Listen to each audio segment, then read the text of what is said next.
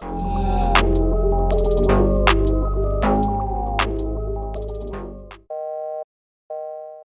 baby, c'est Lola Bellucci, bienvenue sur ma chaîne YouTube. Aujourd'hui je vous retrouve après un long moment, ça fait longtemps que je vous ai plus parlé et aussi que j'ai plus fait de vidéos tout court en fait depuis mes derniers vlogs à Lisbonne. D'ailleurs si vous ne les avez pas vus, je vous invite vraiment à aller les regarder parce qu'ils sont assez cool. Et aujourd'hui je vous retrouve pour une toute nouvelle vidéo, un nouveau concept dont je vais vous parler tout d'abord avant de commencer la vidéo et d'aborder le vif du sujet. Donc j'ai décidé de revenir avec un format de vidéo qui me correspondait un peu plus. C'est vrai que tout le monde a un petit peu sa signature ou son type de vidéo qui lui correspond sur YouTube et moi j'avais un petit peu de mal à m'y retrouver et je voulais vraiment revenir avec quelque chose où je me sentais vraiment bien. Et je suis une grande consommatrice de podcasts filmés aussi. Je trouve que la combinaison des deux est juste top parce que parfois tu as envie de voir la personne parler et parfois tu ne peux pas ou tu n'as pas envie de l'avoir parlé, donc tu te contentes de l'écouter. Bref, anyway, du coup, vu que je suis une grande consommatrice de podcasts et que j'adore parler, mais ça je pense que vous en doutez, j'ai décidé d'opter pour ce format de vidéo. D'ailleurs je me demande pourquoi j'ai pas eu l'idée avant, mais il vaut mieux tard que jamais. Donc j'ai décidé de diviser en trois parties, en trois catégories différentes ces podcasts. Il y aura trois catégories différentes pour que tout le monde puisse s'y retrouver et aussi pour aborder différents sujets et pour que tout soit clair et bien rangé à sa place. Donc la première catégorie s'appellera Call Me Dirty et ce sera un format de vidéo où je suis simplement face à ma caméra comme je le fais aujourd'hui, où en général je suis seule, mais parfois je pourrais vous faire intervenir sous différentes formes pour pouvoir aborder différents sujets avec moi. Alors toujours des sujets très spicy, touchy, des sujets qui dérangent parce qu'on adore. On passe à la deuxième catégorie. La deuxième catégorie s'appellera Gang Bang, oui, toujours en ref à mon taf of course, mais aussi parce que en fait, comme son nom l'indique, gangbang, il y a plusieurs personnes et c'est exactement ce qui se passera dans ce format de vidéo. Je ferai intervenir différentes personnes, donc il y aura des guests, des invités et on pourra débattre de sujets tabous. Le but c'est qu'il y ait des personnes qui aient des opinions complètement différentes pour qu'on puisse vraiment débattre, toujours dans le respect, mais qu'on puisse exposer nos opinions et qu'on puisse justement comprendre nos différents points de vue. Je trouve ça intéressant et ça peut être hyper enrichissant. Et la dernière catégorie s'appellera Go Deeper, donc on ref à la prod de Manuel Ferrara. Donc voilà, pourquoi Go Deeper? Parce que j'ai envie de parler de sujets un petit peu plus sensibles, des sujets qui sont un peu moins funny mais qui à mon sens sont tout autant importants. Donc j'aborderai toujours ça avec une certaine légèreté, j'essaierai, mais voilà, j'ai vraiment envie de parler de différents sujets comme les troubles du comportement alimentaire, les violences conjugales, la dépression, l'anxiété, les addictions, bref voilà, de parler de tout ce genre de choses dont peu de personnes parlent et un petit peu libérer la parole autour de ces sujets et aussi vous donner mon expérience, mes conseils, même avoir les vôtres et qu'on puisse échanger. Vous avez l'espace commentaire dans lequel vous pourrez bien évidemment donner vos conseils, vos expériences vous aussi, parce que le but c'est d'échanger, d'avoir une certaine proximité. C'est pour ça que j'ai opté pour ce format de vidéo qui j'espère vous plaira. Donc je vous invite à vous abonner à ma chaîne YouTube et puis à mettre un petit pouce bleu si ça vous plaît. Et aujourd'hui on va aborder un sujet ou plutôt soulever une question. Voilà, parce que pour une fois c'est moi qui soulève quelque chose. On va soulever une question qui revient tout le temps. C'est comment ou pourquoi, c'est un peu pareil, mais ça revient tout le temps. Comment ou pourquoi tu es tombée dans le porno? Voilà, donc déjà c'est une connotation assez péjorative à mon sens, mais je vais vous expliquer que je ne suis pas tombée dans le porno et qu'on ne tombe pas toutes dans le porno et que ce choix est de mon propre chef. Donc je vais vous expliquer un petit peu mon parcours, comment j'en suis arrivée là, étape par étape. Donc d'abord on va parler un petit peu de ma sexualité quand j'étais plus jeune et aussi de mon parcours scolaire et professionnel. Donc c'est parti, je vous annonce, vous pouvez vous installer, prendre un truc à boire, un truc à grignoter, mettez-vous à l'aise, mettez-vous bien parce que là il va y en avoir pour un petit moment. Donc on va remonter un petit peu en arrière, fin du collège, début du lycée. Moi il faut savoir que j'ai toujours une sexualité assez débridée, je sais pas si c'est le terme exact employé, mais en tout cas on va dire ça. J'ai toujours été très à l'aise avec ma sexualité, enfin presque, parce que vous allez comprendre après. Toujours assez à l'aise avec mon corps, en tout cas à ce moment-là, et j'avais pas de gêne particulière, j'avais pas d'a priori particulier par rapport au sexe. Pour moi, c'était pas quelque chose de mal. J'associais vraiment pas le sexe à quelque chose de mal ou quelque chose d'interdit, de malsain ou quoi que ce soit. J'ai toujours été consommatrice, enfin toujours, quand j'ai eu accès à ce genre de site, j'ai toujours été consommatrice de porno. Alors ça a jamais impacté ma vie sexuelle dans le mauvais sens, c'est-à-dire j'ai toujours eu conscience que comme quand je regardais un film, je me disais que c'est un film porno. Donc il y avait toujours cette notion de film et j'avais cette lucidité de me dire que c'était pas forcément représentatif de la réalité, bien que ça m'ait aussi certaines fois incité à essayer certaines pratiques, à découvrir ce que ça faisait, etc. et tout. Mais je me suis jamais dit que c'est comme ça que ma vie sexuelle devait être. Et j'étais complètement à l'aise avec ça et aussi avec ma sexualité, ce qui n'a très vite plus été le cas en fait, parce que à cet âge-là, on n'est pas très tendre, surtout collège, lycée, etc. Et j'ai eu rapidement une réputation, voilà, on va pas se le cacher. Et j'avais pas besoin de me mettre en couple pour avoir des relations sexuelles. Moi j'étais en mode déjà sex friend, you know. Non mais je dis pas que c'est ce qu'il faut faire, mais en tout cas moi j'étais à l'aise comme ça parce que je me prenais pas la tête, etc. Et donc j'ai commencé à avoir des rapports, à expérimenter des trucs, des trucs qui, en général, c'est personnel quoi qu'il arrive, mais c'est vrai que quand t'as un mec, t'es tout de suite le boss si tu baises, et quand t'es une fille, t'es tout de suite une pute, et j'étais cette pute, voilà. Et j'en rigole, je préfère alléger un petit peu le sujet, bien que c'est quelque chose que je comprends pas du tout, et quelque chose que, une manière de penser à laquelle j'adhère pas, voilà, tout simplement. Et donc, j'ai tout de suite compris que c'était mal vu et que j'étais peut-être trop à l'aise avec ça, peut-être trop, j'étais juste à l'aise. Et en fait, à ce moment-là, c'est là où j'ai commencé à me poser des questions. Je me suis dit, peut-être que je fais quelque chose de mal. J'en suis même venue à me remettre en question ma propre personne. Est-ce que je suis quelqu'un de bien? Peut-être que je suis quelqu'un de mal parce que je couche avec un tel ou un tel. Mais en fait, je trouve ça tellement fou et c'est un truc que, je suis sur le dossier depuis des années, mais je ne comprendrai jamais comment on peut définir une personne par sa sexualité qui est quand même hyper personnelle. Je veux dire, je comprends pas si une personne couche avec une autre, c'est pas toi qui couches avec la personne, donc qu'est-ce que ça peut te faire? Je sais pas, c'est un mystère. Bref, si vous avez la réponse, je vous laisse me le dire en commentaire. En tout cas, je pense que c'est un mystère pour bon nombre d'entre nous. Donc voilà, c'est à travers le regard des autres que je me suis sentie mal à l'aise vis-à-vis de ma sexualité. Donc maintenant qu'on a un petit peu parlé de ma sexualité, des débuts, des débuts de ma sexualité et de comment j'ai vécu mes premières expériences, on va parler un petit peu de mon parcours scolaire / professionnel. Et vous allez voir que j'ai un parcours assez basique et random, le parcours d'une meuf lambda, je dirais, même si j'ai jamais trop aimé l'école. C'est pas que j'aime pas m'instruire, c'est pas que j'aime pas me cultiver, etc. C'est que j'aime pas la manière d'enseigner en fait. J'ai jamais accroché avec cette manière d'enseigner. J'ai toujours eu beaucoup de soucis à l'école, en tout cas moi au niveau anxiété, etc. J'ai fait un bac pro gestion administration que j'ai arrêté en cours de route parce que j'ai eu des problèmes de santé, donc le trouble du comportement alimentaire dont on parlera dans une autre vidéo, dans une autre catégorie.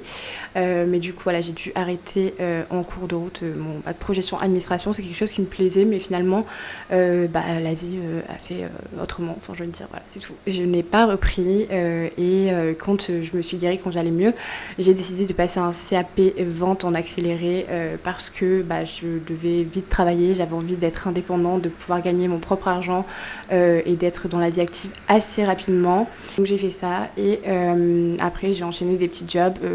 J'ai jamais tenu un seul job plus de 6 mois, je crois, et encore 6 mois je suis gentille, mais tout pareil, en fait j'aimais pas la place que j'avais, je me sentais pas vraiment à ma place, je me sentais que j'étais hyper limitée pour évoluer, que j'étais à la place d'une personne qui a un CDD, donc j'avais pas trop mon mot à dire, je me contentais juste d'être une employée et je respecte complètement ça. Et il y a des personnes qui sont très bien en tant qu'employée, mais moi c'est vraiment quelque chose où je me sentais complètement limitée, où j'étais pas vraiment épanouie, où ça se passait jamais bien, j'avais toujours de l'anxiété en y allant, j'avais toujours la boule au ventre, j'aspirais à mieux. Et voilà, c'est vrai que j'ai jamais vraiment trouvé ma place. Si on a trop de diplômes, on a du mal à trouver un travail. Si on n'a pas assez de diplômes, on a du mal à trouver un travail. En fait, j'ai l'impression que quoi qu'on fasse, tout est défini par un bout de papier. Et pour moi, c'était pas vraiment ma vision des choses et ça l'est toujours pas.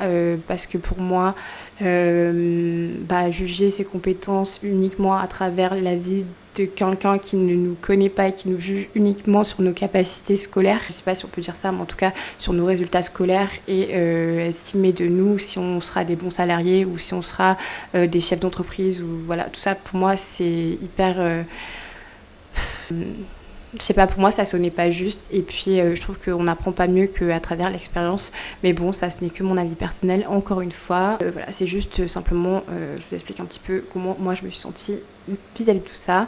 Donc je vois déjà venir les mauvaises langues à dire oui mais c'est parce qu'elle était nulle à l'école que du coup elle a choisi ce métier un peu par dépit parce qu'elle savait rien d'autre faire de sa vie. Non, pas du tout. Ça ne veut pas dire que je ne sais rien faire de ma vie. Ça ne veut pas dire non plus que je suis une grosse débile, loin de là.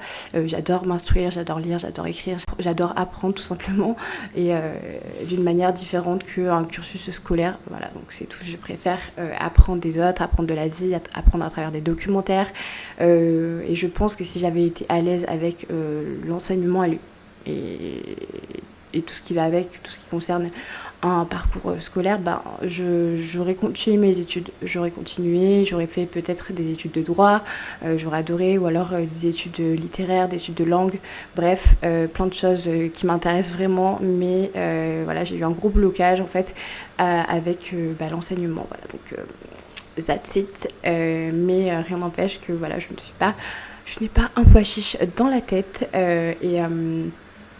et donc non, je n'ai pas fait ce choix par dépit et non, je ne suis pas tombée dans le porno comme Astérix a pu tomber dans la marmite. On en est loin de là. Quelle belle métaphore. Mais ouais, ça a été de mon propre choix et en pleine conscience, j'ai envie de vous dire, de manière réfléchie. Donc après avoir quitté je ne sais combien de jobs, j'ai quitté le dernier.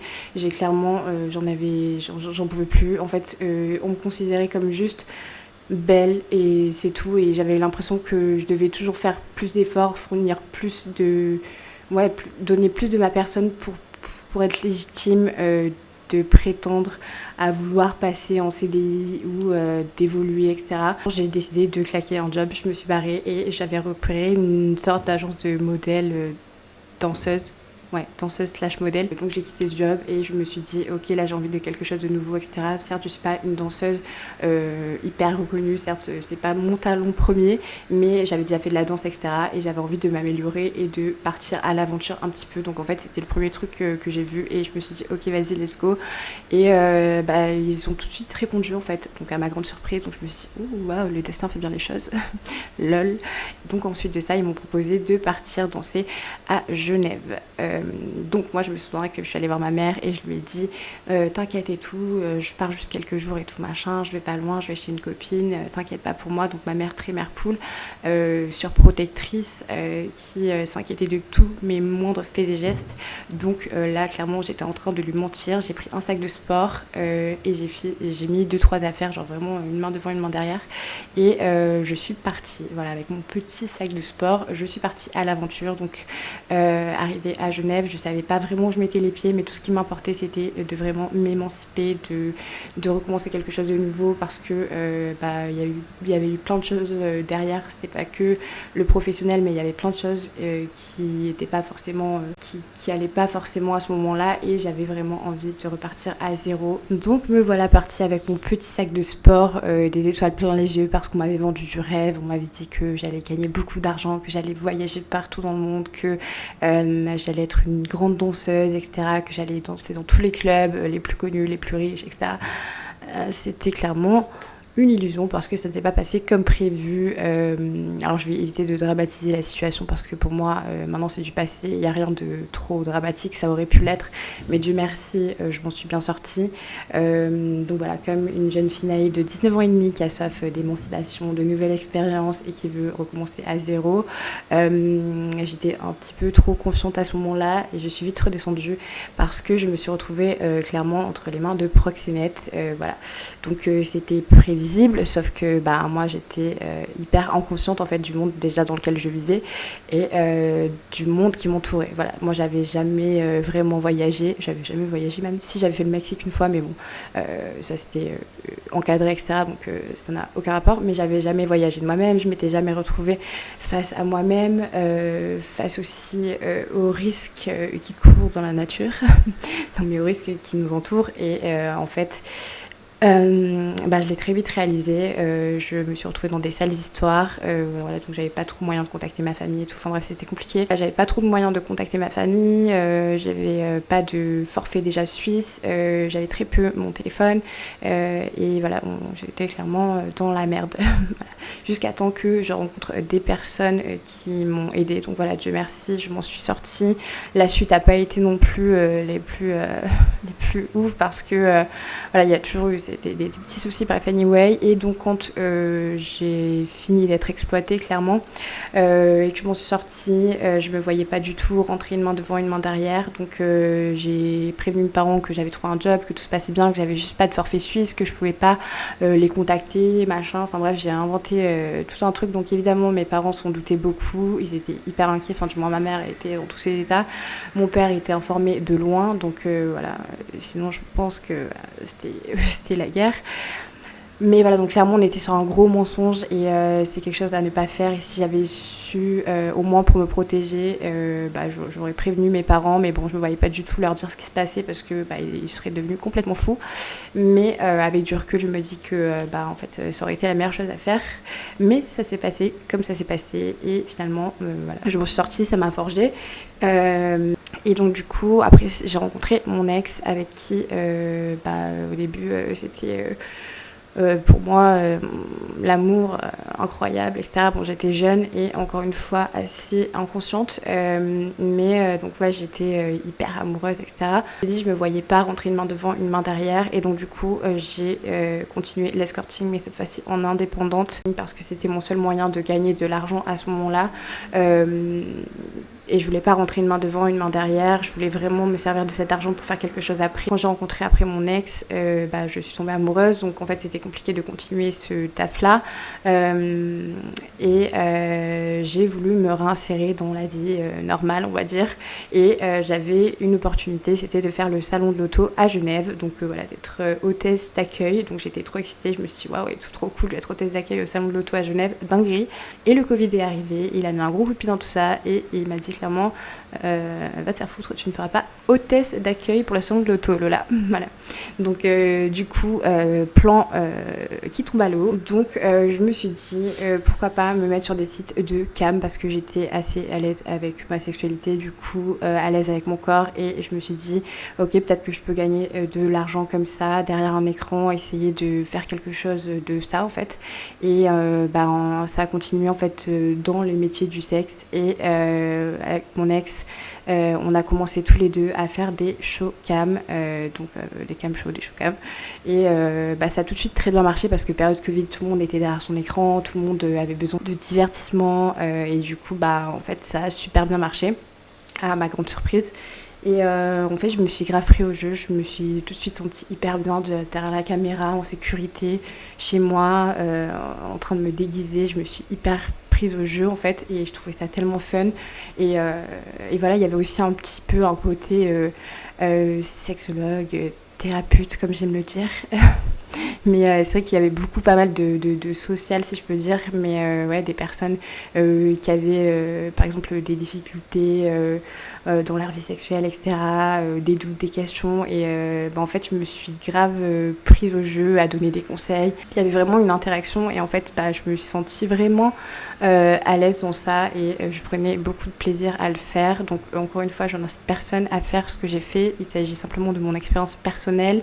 C'est quelque chose qui me correspondait correspondait à moi et qui ne correspond pas à tout le monde parce que c'est quand même quelque chose, voilà, de s'afficher, de montrer son intimité, sa sexualité. Il faut être à l'aise avec ça, il faut avoir les épaules solides aussi, je tiens à le dire, parce qu'il faut aussi dissocier le pro du perso et voilà, j'étais jeune surtout. Donc, enfin, je dis pas que je suis vieille, je vais bientôt faire 24 ans, mais on va se calmer.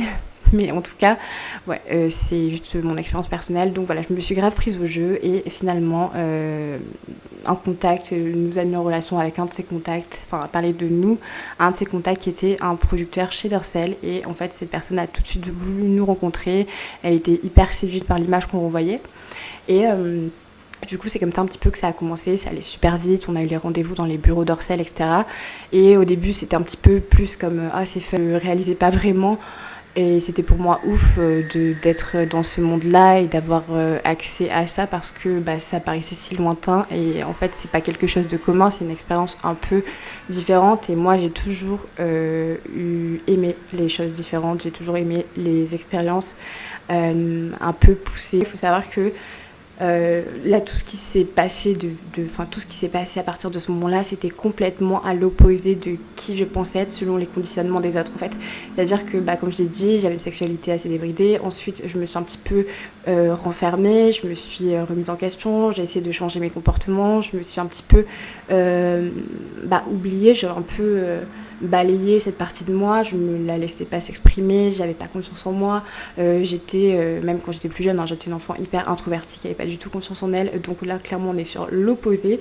Et en fait voilà, j'ai toujours aimé les nouvelles expériences qui me poussent hors de ma zone de confort, des choses qui me confrontent un petit peu à ces conditionnements, à tout ce que je pensais être à travers les yeux des autres, et j'en avais oublié qui j'étais.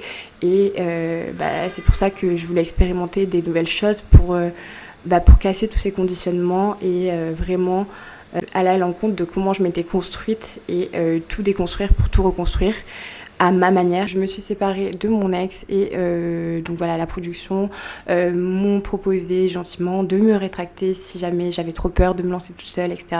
Et c'est vrai que, encore une fois, c'était une expérience de ouf qui se présentait à moi, une expérience qui allait encore à l'encontre de tout ce que je pensais être selon mes conditionnements. Et ça, c'était encore en fait dans la suite logique que de vouloir foutre un coup de pied dans tout ça et de tout déconstruire pour reconstruire. Je sortais clairement de ma zone de confort, j'allais là où j'avais peur d'aller, mais je me suis toujours dit, si j'ai peur d'y aller, il faut que j'y aille. Et en fait, j'ai à peu près fonctionné comme ça à partir de mes 19 ans.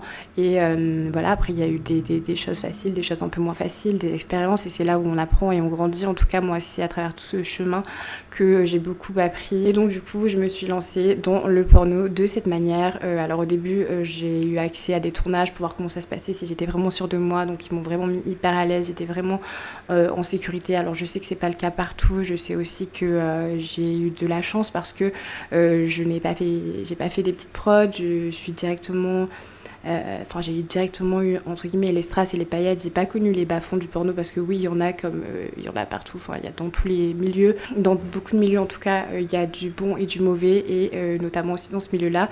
Après c'est vrai qu'on met vachement l'accent dessus dans le sens où c'est quelque chose qui est encore assez tabou et qui le devient de moins en moins avec le temps, mais qui reste quand même un sujet délicat à aborder, un métier qui n'est pas vraiment reconnu, et je trouve ça dommage parce que c'est vraiment un métier, et ça je l'ai appris avec l'expérience, même si j'en doutais pas. Enfin voilà, après moi j'ai été loin d'imaginer ce que c'était un tournage en fait, parce que ça change complètement du fait de quand t'es derrière ta caméra chez toi, etc.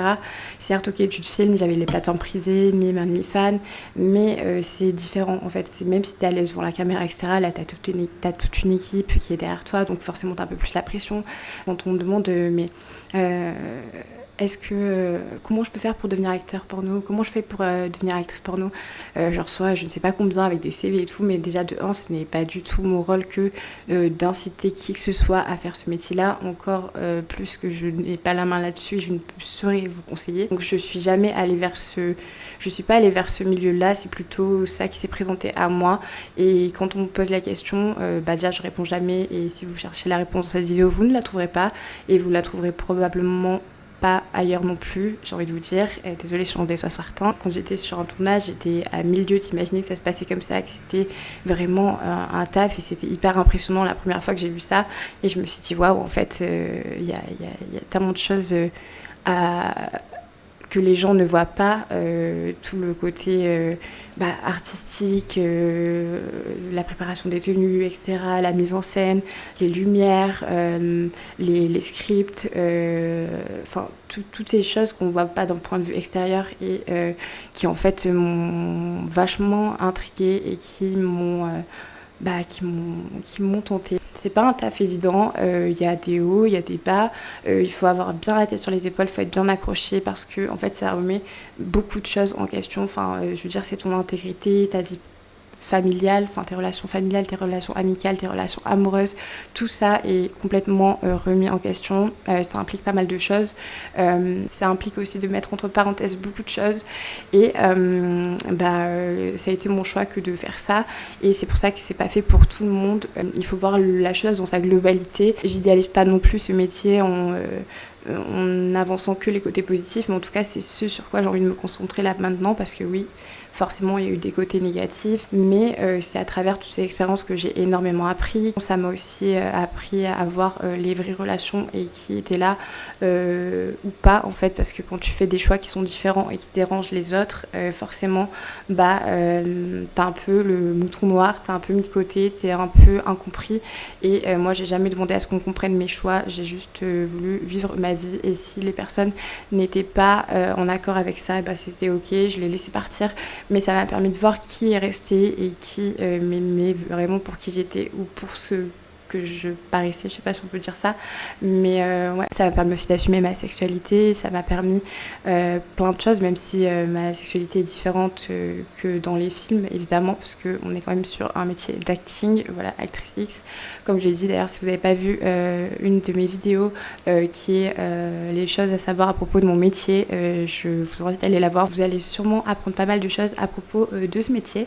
Et du coup, voilà, c'est comme ça que j'ai commencé ma carrière dans le X. Et voilà, c'est mon parcours. Je vous expliquerai dans un autre podcast filmé comment a réagi ma famille, quelles relations j'ai aujourd'hui, comment se passe ma vie amoureuse, comment se passent mes relations amicales, parce que tout un tas de choses à changer, mais aujourd'hui je suis épanouie dans ce que je fais, je suis bien, je sais où je mets les pieds. Moi j'avais déjà mon plan de base quand j'ai commencé ma carrière, je savais quelle production je voulais faire et quelle production je ne voulais pas faire, ce qui m'a permis aussi de ne pas m'égarer et voilà, de garder un petit peu cette ligne directive pour être toujours en accord avec moi, ne pas faire ce que je ne veux pas faire, ne pas faire les choses juste pour de l'argent ou parce que je suis censée le faire, sous prétexte que voilà, j'ai ce statut d'actrice et j'ai plein d'autres projets par la suite. Je ne suis pas que actrice X et j'ai pas que ça comme projet.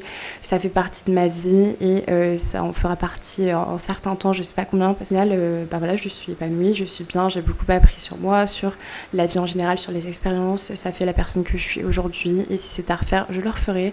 Donc voilà, j'espère que ça répond à cette fameuse question: comment ou pourquoi tu es tombée dans le porno. Je ne suis pas tombée dans le porno comme Astérix est tombée dans la marmite, je vous ai dit. Voilà. Puis voilà, je vous invite à vous abonner encore une fois, comme ça vous ne ratez rien, puis c'est gratuit. Et voilà, me dire en commentaire qu'est-ce que vous en avez pensé, qu'est-ce que vous pensez de ce nouveau concept, quel sujet vous aimeriez que j'aborde dans le prochain podcast filmé. Et voilà, moi je suis déjà impatiente de vous retrouver. Promis, je ne vous laisse plus aussi longtemps. Enfin, j'aime pas les promesses, mais je vous le dis quand même. Et voilà, on se retrouve très prochainement. Voilà, je vous fais des gros bisous. Prenez bien soin de vous. XO, XO, gossip slut.